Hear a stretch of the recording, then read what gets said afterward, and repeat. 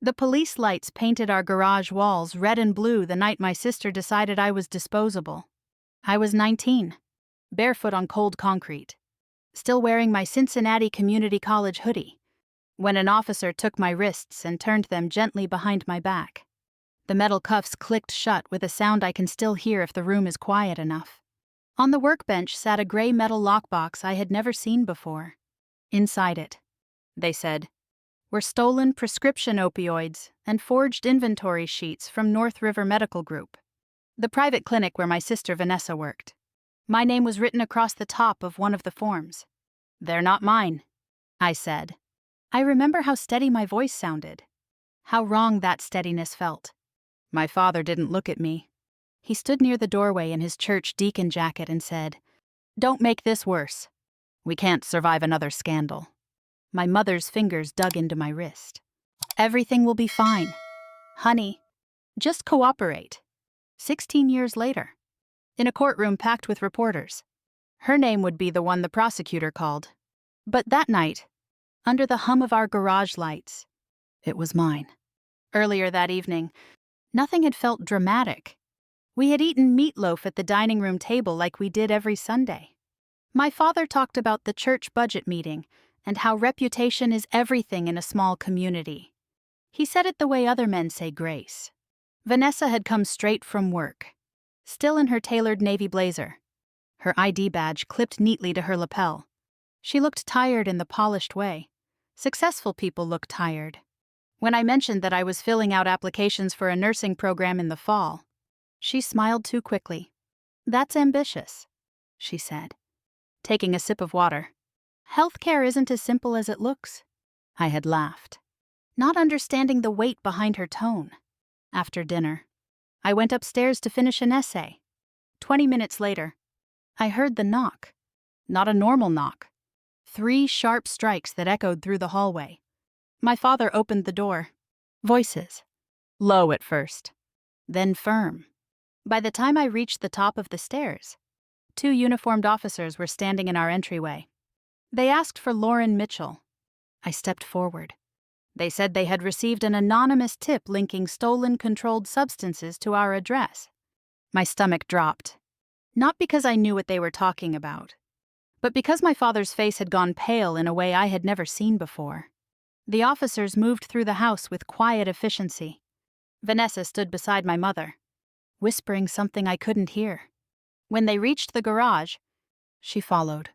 "That cabinet," she said softly, pointing to the storage unit where I used to keep old textbooks and a broken blender. An officer opened the door. The gray lockbox was inside. I stared at it, confused. "What is that?" No one answered me.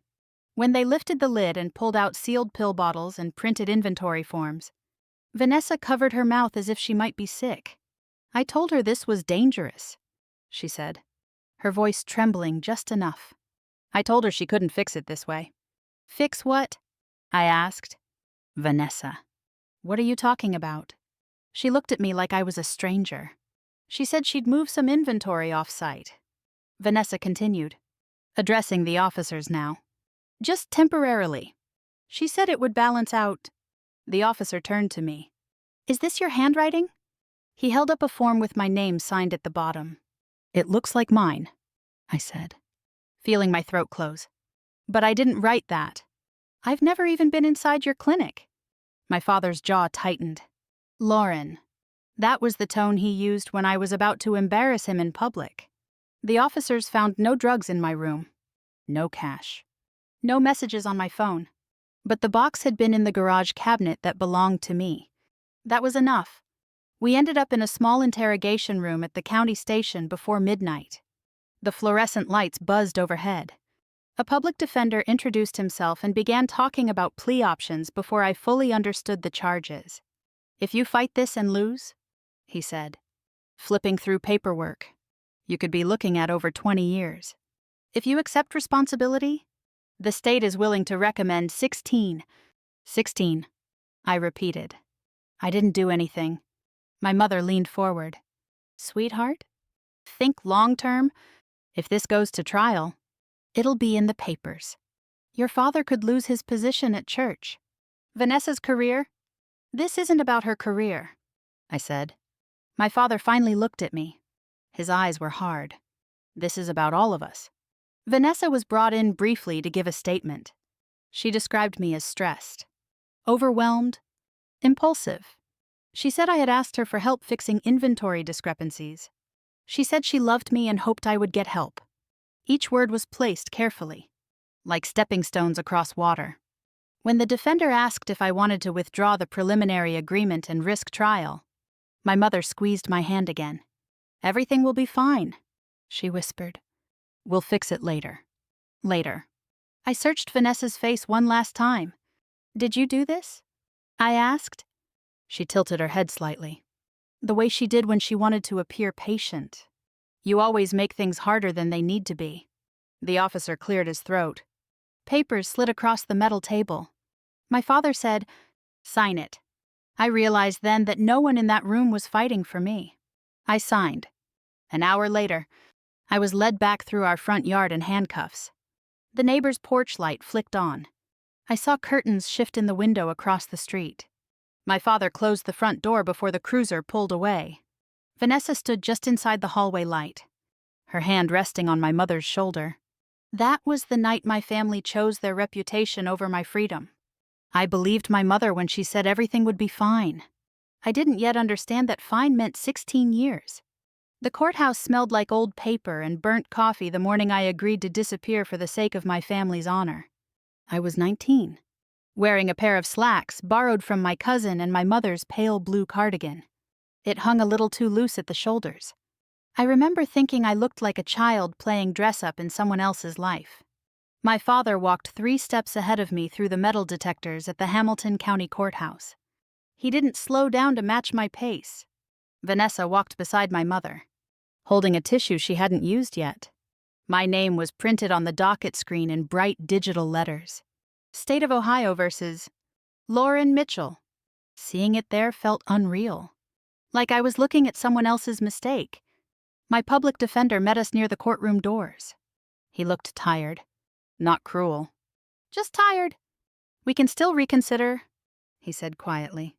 "If you want to withdraw the plea and go to trial, that's your right."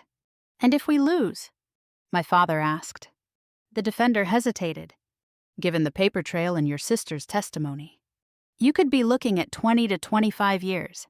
My mother inhaled sharply.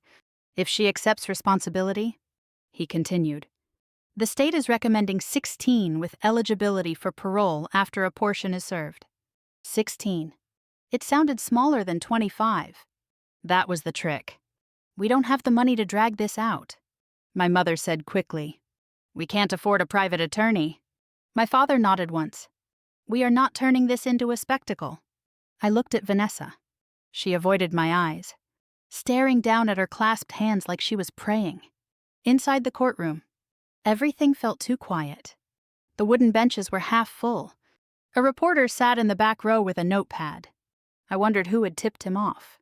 The prosecutor laid out the state's case in clean, practiced sentences: stolen prescription opioids, fraudulent inventory sheets, a paper trail linking my name to off-site storage. When Vanessa was called to testify, she walked to the stand with careful steps, like the floor might crack beneath her. She described how she'd noticed discrepancies at North River Medical, how I had seemed stressed lately, how I'd confided in her about money pressure and feeling overwhelmed. "I tried to help her," she said, her voice soft. "I told her this wasn't the way to fix things." My stomach twisted. I had never asked her for money. I had never stepped foot in her clinic's inventory room. She spoke about me like I was a problem she'd tried to manage. "I love my sister," she added, blinking back tears. "I just want her to get help." My mother cried at that line. My father stared straight ahead, jaw locked. No one asked Vanessa why the anonymous tip came from her workplace's landline. No one asked why the garage camera had stopped recording the week before. The narrative was tidy. I was the unstable younger sister. She was the responsible professional. When it was my turn to speak, the judge asked if I understood the terms of the plea agreement. "Yes, Your Honor." "And do you enter this plea knowingly and voluntarily?" There was a pause. long enough for me to feel my heartbeat in my ears. My defender's hand brushed my elbow. Subtle pressure. My mother mouthed the word please. I looked at my father. He still wouldn't meet my eyes. Yes, I said. The word felt like stepping off a ledge. The prosecutor summarized the recommended sentence. 16 years in state custody. Credit for time served. Conditions outlined in legal language that sounded almost polite. The judge adjusted his glasses and began to speak. He talked about accountability, about the seriousness of controlled substance violations, about trust within the healthcare system. Every sentence landed like a nail. When he finally said, "The defendant is hereby sentenced to 16 years in the custody of the Ohio Department of Rehabilitation and Correction," the room seemed to tilt slightly. 16 years. I tried to calculate what that meant. Birthdays. Holidays. My 20s. My mother gasped softly, as if she hadn't expected the judge to follow through. My father exhaled through his nose. Not in grief. In resignation. Vanessa lowered her eyes. There was relief in her posture. The kind you feel when a crisis has passed. The gavel struck. I had the strangest thought. This is what protecting a family looks like. In the holding area behind the courtroom, I was allowed a few minutes with my mother. She reached for my hands through the gap between benches. "We'll visit," she said quickly. "We'll fix this somehow." "How?" I asked. She opened her mouth. Closed it.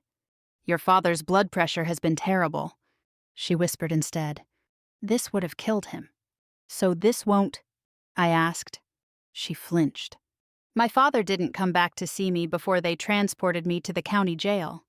I watched from behind a small reinforced window as he spoke to Vanessa near the courthouse exit. He placed a hand on her shoulder. Protective. Proud. Vanessa didn't look back. As the transport van door slammed shut, I understood something I hadn't allowed myself to admit the night of the arrest. This wasn't a misunderstanding. It was a decision. They had chosen which daughter to save. The ride to the county facility was quiet except for the rattle of chains. Another woman across from me stared at the floor. Her mascara streaked. "You first time?" she asked. "Yes." She nodded like she'd expected that answer. I leaned my head back against the cold metal wall and replayed the morning in my mind. The way Vanessa's voice had never wavered. The way my father had spoken about spectacle. Not innocence. In the space of a few hours, my life had been converted into paperwork. 16 years. I told myself I had done the responsible thing. That I had prevented a public scandal. That I had spared my family humiliation. But as the van turned onto the highway and the courthouse disappeared behind us, a colder truth settled in. I hadn't protected my family. I had protected their version of themselves. And I had just handed them 16 years of silence to keep it intact. The gates of Logan Women's Correctional Center opened with a slow mechanical groan that sounded final. By the time the transport bus rolled through, my wrists were raw from the cuffs, and my name had already started to fade into a number stitched onto an orange uniform. Intake was fluorescent lights, clipped voices, instructions delivered without emotion. Step forward. Hands out. Turn. They photographed me from 3 angles. They took my shoelaces. They took my hoodie. They took the thin silver necklace my grandmother had given me when I turned 16. I watched it drop into a plastic evidence bag with my name printed in black marker across the top. Lauren Mitchell. Inmate number followed underneath. A correctional officer flipped through my file and paused. "Family turned you in?" she asked. Not unkindly. I swallowed. "Something like that." She nodded once, like she had seen that story before. My first night was in a narrow cell with metal bunks bolted to concrete walls. My cellmate, Marlene, was in her late 40s with gray streaks in her hair and reading glasses perched low on her nose. "What are you in for?" she asked, not looking up from the paperback in her hands. "Prescription fraud," I said. She snorted softly. "You don't look like fraud?" I didn't know what fraud was supposed to look like. Lights went out at 10. The building never truly went quiet. Doors clanged. Someone down the hall sobbed into a pillow. I lay on my back staring at the underside of the bunk above me and tried to understand how 16 years could be real. The first Christmas came faster than I expected. Time in prison moves strangely. Slow in hours, fast in months. My mother sent a card with a snowy church printed on the front. Stay strong. We're praying for you. No signature beyond love. Mom? No return address written in her own hand. Vanessa sent nothing. Marlene noticed me turning the card over again and again. They don't write much. Huh? She asked. I shook my head. She marked her place in the book and looked at me properly for the first time. In here. Truth doesn't matter, she said. Documentation does. I didn't understand what she meant then. The routine took over. Breakfast trays at dawn. Work assignments. Count times. I signed up for the GED tutoring program even though I already had my diploma. It wasn't about the credential. It was about sitting in a room where something could still be learned. I enrolled in a legal literacy workshop offered by a volunteer attorney twice a month. We studied transcripts and plea agreements. I learned how prosecutors frame narratives, how certain words steer juries without anyone noticing. 6 months in, I requested a copy of my trial transcript. It took half a year to arrive. When it did, the stack of paper felt heavier than it should have. I read Vanessa's testimony slowly, line by line. Her words were measured. Precise. Too precise. She described my financial stress and emotional volatility as if she had rehearsed them. Marlene watched me underline passages. You're looking for the crack, she said. I don't know what I'm looking for. You will. Years layered over each other. Year 2. My mother visited once. She wore a beige coat and avoided mentioning Vanessa entirely. She said my father's health was not great, and that the church had been supportive. Supportive of what? She didn't specify. Year 5. I heard through another inmate that North River Medical had undergone an internal audit over billing discrepancies. It had made a brief appearance in a regional newspaper before disappearing. I asked my mother about it in a letter. She never responded to that question. Year 8. I stopped asking. By year 10, something inside me shifted. I stopped writing letters home. I stopped imagining reconciliation scenes before sleep. I stopped rehearsing what I would say if Vanessa ever admitted the truth. Instead, I began helping other women in the legal workshop draft motions and understand plea agreements. So many of them had signed papers because a boyfriend told them to, because a mother said it would be easier, because a lawyer warned them of worse outcomes. One afternoon, a counselor pulled me aside after group. You don't speak like someone who did what you're serving time for, she said. I almost laughed. What does that sound like? Different didn't matter. In year 14, a chaplain called my name during afternoon count. I followed him to a small office where he handed me a folded piece of paper. Your father passed away this morning from a heart attack. The words blurred for a moment. I waited for grief to rise. It didn't. What came instead was a hollow space, like something had been removed that I hadn't realized was still there. My mother's follow-up letter said he had thought about me in his final weeks. She didn't say what he thought. She enclosed the funeral program. It listed Vanessa as beloved daughter. My name was absent. I folded the paper neatly and placed it in my locker. By year 15, parole eligibility was within reach. I had a clean record inside. Completed programs. Letters of recommendation from instructors. Marlene squeezed my shoulder the night before my review hearing. If you get out, she said, don't let them rewrite it. Rewrite what? Your life. That night I reread the original charging affidavit one more time. I had read it dozens of times before, but something snagged my attention.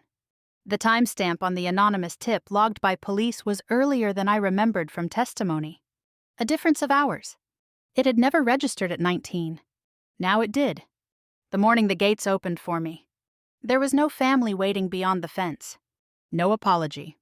No flowers. No sign with my name. A nonprofit reentry van idled by the curb. A volunteer held a clipboard and called, Lauren. I stepped forward. 16 years earlier, my family had chosen their honor over me. Walking out of those gates at 35, I realized I no longer needed their version of it to survive. The Greyhound station smelled like exhaust and burnt coffee when the re-entry van dropped me off with one duffel bag and a folder labeled Release Documents. 35 years old and officially free. I stood under a flickering fluorescent sign and realized freedom and belonging were not the same thing. The case manager from Second Path Reentry Program handed me a packet with bus routes, curfew rules, and a list of employers open to second chances. She spoke in a bright, efficient tone that suggested hope was a policy, not a feeling. "You'll start at transitional housing," she said. "Shared room. 6-month limit. We'll help with job placement." I nodded. I had learned to nod through systems. My first job interview was at a warehouse on the south side. The manager liked that I showed up early. He liked that I maintained eye contact. He liked that I didn't make excuses. Then he ran the background check. The shift in his face happened in less than a second. "Felony conviction," he said quietly. "We can't take the risk." I walked back to the bus stop holding the same folder I'd carried inside. Except now it felt heavier. At the second interview, a grocery store assistant manager didn't even pretend. "Prescription fraud," she said, glancing at the screen. "That's a trust issue." Trust. I almost laughed.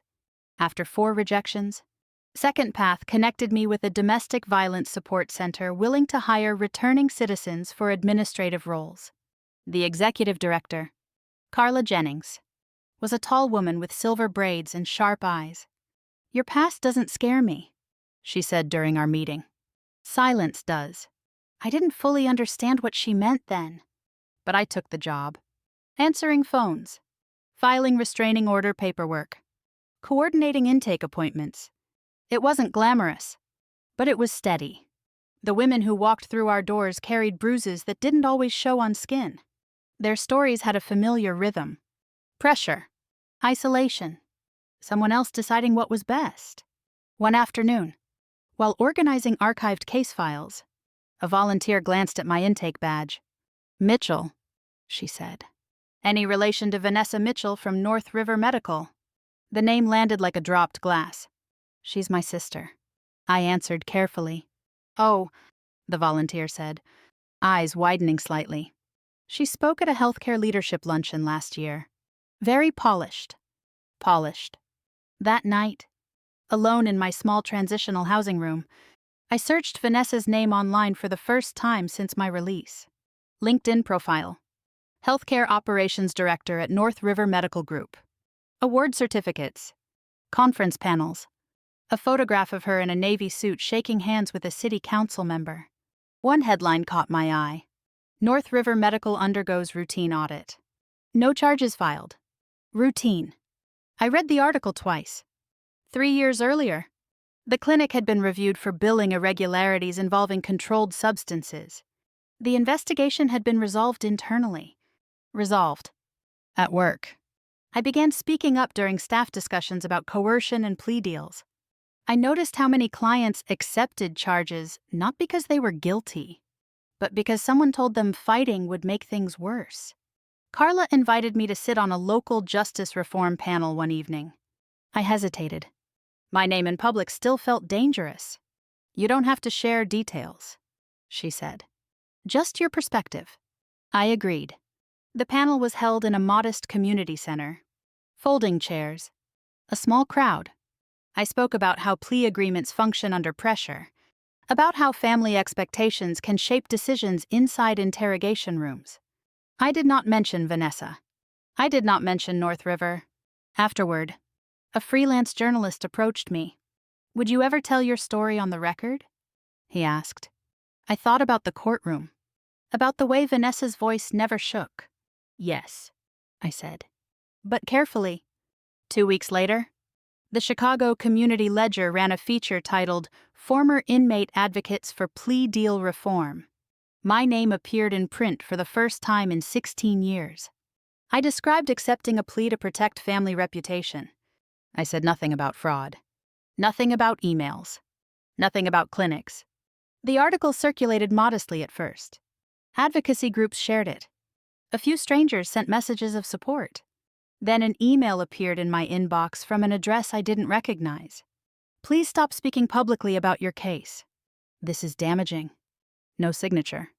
I checked the domain. Corporate healthcare.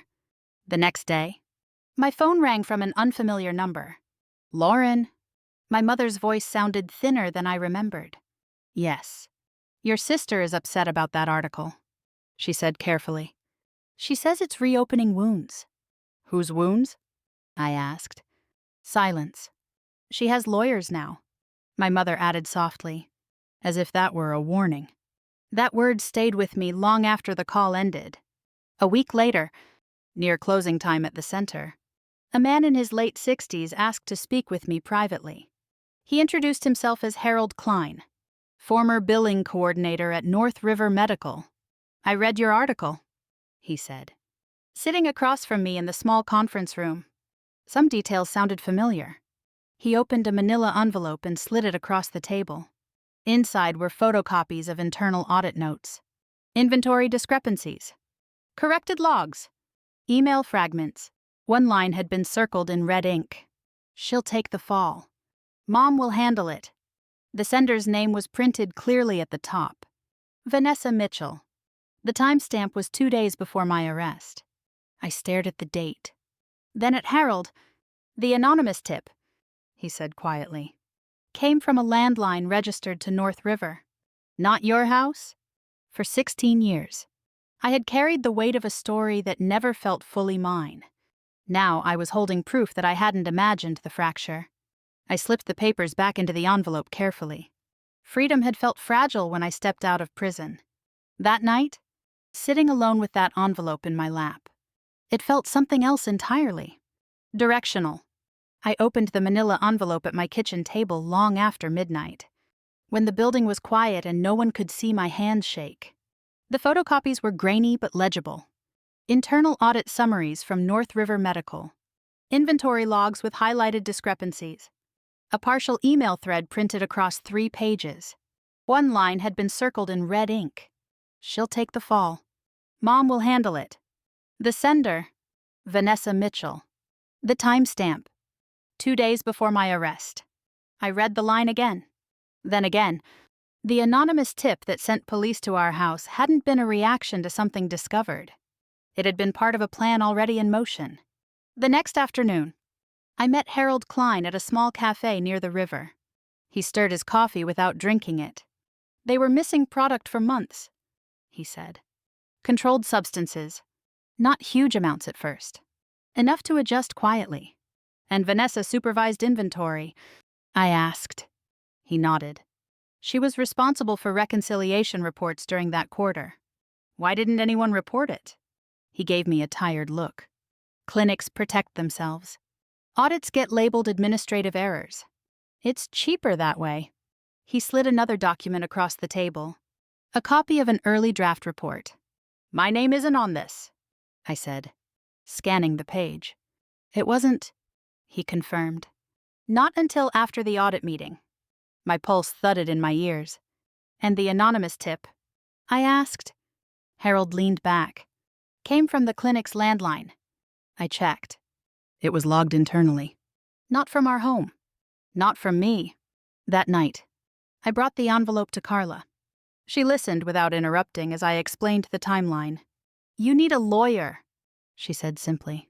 Within a week, I was sitting across from Rachel Singh, an innocence advocacy attorney with sharp eyes and a voice that cut clean through emotion. She read the document slowly. Then she requested my full case file, including transcripts and charging affidavits. This isn't just family betrayal, she said finally. This is perjury and potential fraud. Is it too late? I asked. For perjury tied to a conviction. She shook her head. No statute of limitations on that. The phrase echoed in my mind. No expiration date on truth. Rachel mapped the timeline on a legal pad. Audit discrepancies. Email timestamp. Anonymous tip. My arrest. Vanessa's testimony. She positioned you as a convenient narrative, Rachel said. Young. Stressed. Plausible. I signed the plea, I said quietly. You signed under materially false testimony, she replied. That matters. We filed a formal motion requesting review of the original conviction. Rachel subpoenaed internal North River documents. The process moved slowly at first, then faster than I expected. A cease and desist letter arrived from Vanessa's attorney 2 weeks later. You are advised to refrain from defamatory public statements regarding Mrs. Mitchell and North River Medical Group. I read it twice, then handed it to Rachel. She's scared, Rachel said. I'm not trying to ruin her. I answered. No, she agreed. You're trying to unruin yourself. Discovery requests forced North River to release archived digital records. Email servers confirmed the authenticity of the message Harold had shown me. Metadata verified the timestamp. Then Rachel uncovered something else. A bank transfer record from my mother to North River's legal contingency fund shortly after my sentencing.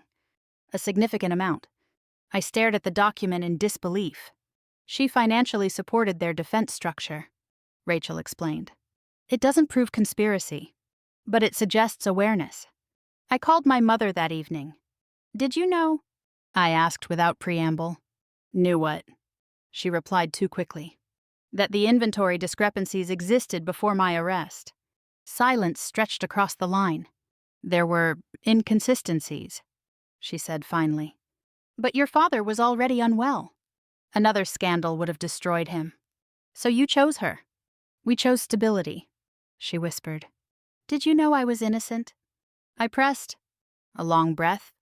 I suspected. The word landed heavier than any accusation. Rachel filed motions citing perjury and suppression of exculpatory evidence. The prosecutor's office agreed to review independently. A grand jury was convened. Walking back into the courthouse felt different this time. I wasn't in cuffs. I wasn't following instructions. I was there voluntarily. Inside the grand jury room, I described the interrogation, the plea pressure, the family silence. I explained how I had signed because I believed protecting them would eventually bring the truth back around. Harold testified about internal audits. A digital forensics expert confirmed email authenticity. When Rachel emerged afterward, her expression was controlled but bright. They're preparing charges, she said. The words didn't feel triumphant. They felt precise. Within days, North River announced a sudden leadership restructuring. Vanessa stepped down from her position pending internal review. News outlets began to inquire. My name surfaced again, this time alongside the word exoneration. An official notice arrived by certified mail. Motion to vacate conviction filed. Criminal charges pending against Vanessa Mitchell for perjury and fraud-related offenses. I sat on my couch holding the document for a long time. 16 years earlier, I had walked into that building to confess to something I didn't do. Now I would return to listen. For years, I carried shame that wasn't mine because I believed silence would preserve something sacred. But honor built on a lie doesn't hold. The next time I stepped into that courtroom, it wouldn't be to take the fall. It would be to watch the truth stand up on its own. The courthouse steps looked smaller than I remembered, but my pulse still kicked hard when I climbed them. News vans lined the curb. A cluster of reporters stood near the entrance, murmuring into microphones.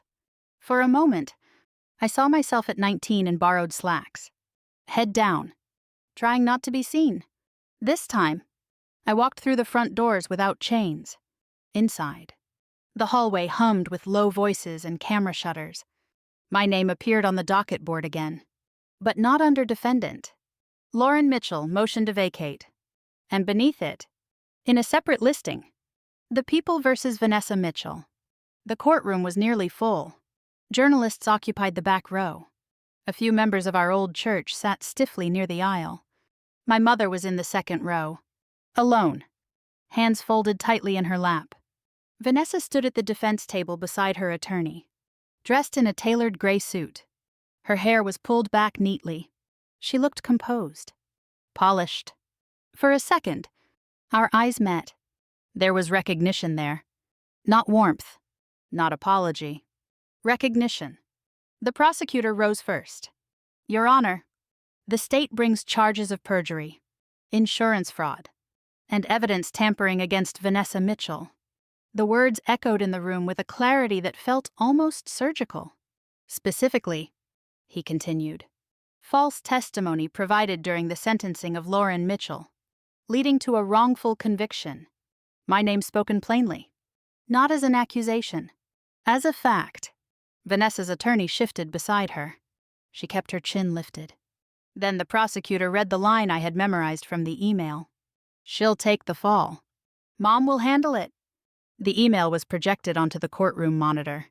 Enlarged. Unavoidable. A digital forensics expert confirmed the metadata. Timestamp verified. Server authentication confirmed. No evidence of tampering. Harold Klein testified next, describing the internal audit discrepancies that predated my arrest. He explained how inventory logs were altered after reconciliation meetings. The anonymous tip that led to Ms. Mitchell's arrest, he said carefully, originated from a landline registered to North River Medical. A murmur rippled through the gallery. Vanessa's attorney argued context, claimed the email referred to a training error, suggested the phrasing was misinterpreted. The prosecutor introduced archived voicemail recovered during discovery. Vanessa's voice played softly through the courtroom speakers. We need to clean inventory before the audit. I'll handle it. There was no mention of my name, but the timing was unmistakable. Vanessa's composure faltered for the first time. Her shoulders tightened. Her jaw clenched. Rachel Singh stood and addressed the court. Your Honor, the original plea entered by Lauren Mitchell was based on materially false testimony. Exculpatory evidence was not disclosed. The conviction must be vacated. The judge reviewed the file in silence. Pages turned slowly. The room held its breath. Finally, he spoke. This court finds that the plea entered by Ms. Lauren Mitchell was materially influenced by perjured testimony and suppressed evidence. My heart hammered. The conviction of Lauren Mitchell is hereby vacated. The gavel struck. For a moment, I couldn't move. 16 years compressed into a single sound. My mother's breath caught audibly behind me. I didn't turn around. Vanessa's attorney requested bail. The prosecutor objected, citing risk of interference and ongoing investigation. Bail was granted under strict conditions. A trial date was set. The courtroom emptied gradually. Voices rising and falling around me. Reporters gathered near the aisle, waiting. Before I could reach the exit, the judge addressed me directly. Ms. Mitchell, you may make a brief statement if you wish. I stood. The room quieted again. I lost 16 years, I said, my voice steady. I lost my 20s. I lost my father without ever having the truth spoken in the same room as his name. I lost the ability to say who I was without someone referencing a charge. I paused. This was never about revenge. It was about truth. And truth should not require 16 years to surface. I sat down without looking at Vanessa. The trial moved quickly in the weeks that followed. Evidence layered over evidence. The email, the audit logs, the voicemail, the anonymous tip. The jury deliberated for less than a day. Guilty on perjury. Guilty on fraud-related charges. The sentencing hearing was quieter than my own had been years earlier. Fewer reporters. Fewer spectators. The judge addressed Vanessa with measured firmness. Abuse of professional trust carries serious consequences. So does manipulating the justice system. Her sentence was shorter than mine had been. Several years in federal custody. When the marshal stepped forward to escort her out, she turned slightly in my direction. Her lips moved. I couldn't hear what she said. I didn't try. Outside, microphones pressed toward me. Do you feel vindicated? Do you forgive your sister? Is this revenge? I stepped past them without answering. On the courthouse steps, sunlight cut sharply across the concrete. I paused at the top and looked back through the glass doors. 16 years earlier, my name had echoed in that courtroom as the guilty one. Today, it was hers. The truth had nowhere left to hide. I woke up the morning after the verdict expecting to feel lighter. Instead, I felt hollow. My phone was vibrating non-stop on the nightstand. Notifications stacked on top of each other. News alerts. Messages from distant cousins I hadn't heard from in over a decade. Former classmates sending awkward congratulations. As if I had won something. Wrongfully convicted woman exonerated after 16 years. Healthcare executive sentenced for perjury. My name was trending locally. I lay there staring at the ceiling, listening to the hum of the refrigerator in the next room, and thought about the 19-year-old girl who had signed a plea agreement in a room that smelled like bleach and fear. No headline had appeared for her. By noon, my voicemail was full. One message stood out. Lauren, this is Elder Thompson from Grace Community Church. We wish we had known the full truth. Our prayers are with you. I deleted it without responding. They believed the court. They never believed me. North River Medical released an official statement that afternoon. The language was clinical and careful. We are deeply disappointed in the actions of a former employee. North River Medical remains committed to integrity and transparency. Former employee. 16 years ago. They had allowed my name to anchor their silence. Now they erased hers just as efficiently. At the Domestic Violence Center. Carla hugged me briefly when I walked in. You doing okay? She asked. I think so, I said. She studied my face. Justice doesn't always feel like celebration. It didn't. Emails poured in from advocacy groups asking if I would speak about coercive plea deals. Local radio stations wanted interviews. A women's justice reform network invited me to be part of a panel. I agreed to one televised interview and declined the rest. The host asked gently, Do you hate your sister? No, I said. Hate would mean she still has power over me. The clip circulated online. Some viewers called me strong. Others called me cold. A week later, my mother asked to meet. We chose a diner halfway between her house and my apartment. Neutral territory. Vinyl booths and the smell of coffee. She looked smaller than I remembered. Her hair thinner. Her hands trembling slightly as she folded her napkin. I never wanted this, she said. This? I asked. All of it. The trial. The prison. The shame. You mean the exposure? I said quietly. She closed her eyes. I thought I was saving the family, she whispered. You were saving Vanessa. Her shoulders sagged. There were inconsistencies, she admitted. Before your sentencing, I saw some documents. I asked questions. And your father was already struggling. His heart. The church board. Another scandal would have finished him. So you let it finish me instead. She winced at that. I didn't think it would be 16 years, she said. I let the silence stretch. If I had gone to trial back then, I asked, would you have told the truth? She stared down at her coffee. I don't know. That answer was the only honest thing she had said. Can we start over? She asked softly. Starting over requires acknowledging where we actually were. I replied, You chose quiet. I paid for it. Tears slid down her cheeks. But I didn't reach across the table. I don't hate you, I said. But trust doesn't grow back overnight. She nodded slowly. Will you visit Vanessa? She asked after a moment. No. The word came without hesitation. Later that week, a letter arrived from a federal facility. Vanessa's handwriting was sharp and slanted across the envelope. You ruined my life. It began. She claimed she had been under pressure from auditors. Claimed the clinic would have collapsed.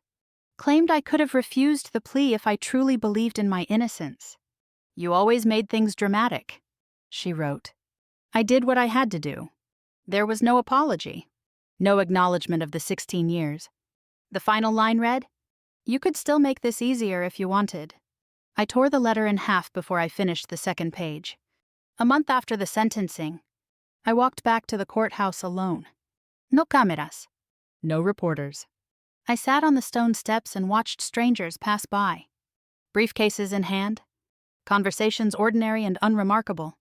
I waited to feel triumph. It never came. What I felt instead was something steadier. Finished. Justice had not returned my 20s. It had not erased the birthdays missed or the funeral I attended only through a folded program.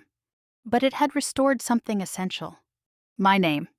At the Innocence Advocacy nonprofit, I began reviewing plea transcripts for women who had signed agreements under pressure.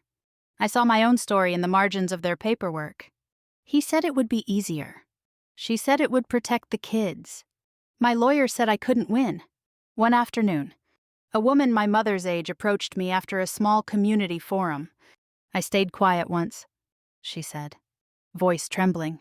I thought it was love. I looked at her and saw recognition. Silence feels safe, I told her. Until someone else pays for it. That night, back in my apartment, I opened the folder on my laptop labeled Evidence. For months, it had been the center of my days. Emails, audit logs, transcripts. I highlighted the files. Then I deleted the folder. Not because the truth no longer mattered, but because I no longer needed to carry it every hour. 16 years ago, my sister's lie filled a courtroom. Now her name echoed there instead. And for the first time in a very long time, I understood something simple. Revenge is loud. Truth is permanent. I didn't win. I reclaimed. The first time my background check came back clean. I stared at the screen longer than I needed to. No felony flag. No red notification. Just my name. Lauren Mitchell. For 16 years, my identity had been followed by a charge. A warning label attached to every application. Every introduction. Every polite smile that shifted once someone Googled me. Now there was nothing attached. I printed the confirmation email and folded it carefully. Not because I needed proof anymore, but because I wanted to remember the feeling. At the Innocence Advocacy nonprofit, I spent my mornings reviewing case files for women who had accepted plea deals under pressure. The language was always familiar. She didn't want to embarrass her family. He said fighting would ruin everyone. The lawyer warned it could get worse. Honor. Protection. Stability. Different words for the same sacrifice. One afternoon, I sat across from a woman in her late 50s whose daughter had signed a plea agreement to shield her boyfriend from scrutiny. She thought she was being strong, the mother whispered. I nodded slowly. Sometimes strength is just silence in a prettier outfit, I said. After work, a small group of us gathered at my apartment. Carla brought lemon bars. Rachel brought a bottle of sparkling water and refused to call it celebratory. Harold told a story about how audits used to be done on paper ledgers and how much easier it was to hide numbers back then. We laughed. Not loudly. Not like people who had conquered something. Like people who had survived. I realized no one in that room asked me to shrink. No one asked me to protect their image. No one told me to be quiet for the greater good. Family by accountability felt different than family by blood. My mother and I met occasionally. Always in neutral places. Always careful. She had started therapy. She told me once. Voice barely steady. I'm learning that silence is a decision. I appreciated the sentence. I didn't rush forgiveness. There are things you can understand without excusing. A few weeks later, I received official notice of Vanessa's transfer to a federal facility in another state. Enclosed was a form allowing me to register as an approved visitor. I held the paper at my kitchen counter for a long time. I imagined 19-year-old me in that interrogation room, searching her face for a flicker of honesty. I imagined 35-year-old me sitting across from her behind glass. Closure doesn't require proximity. I fed the form into my shredder and watched it turn into thin white strips. At a regional justice reform conference that fall, I stood at a podium facing a room filled mostly with women old enough to be my mother. Many of them were mothers. I told them the truth without embellishment. My sister sent me to prison to protect our family's honor, I said. My mother told me everything would be fine. A few women lowered their eyes. Sometimes we protect the wrong child. I continued. Sometimes silence feels like love. But silence has victims. The room was very quiet. Afterward, an older woman approached me slowly. I stayed quiet once, she said. I thought I was keeping peace. I reached for her hand. Peace built on a lie doesn't hold, I told her. That night, back in my apartment, I opened the official transcript from the day my conviction was vacated. The line was there in black and white. The conviction of Lauren Mitchell is hereby vacated. 16 years condensed into one sentence. I realized something I hadn't fully admitted before.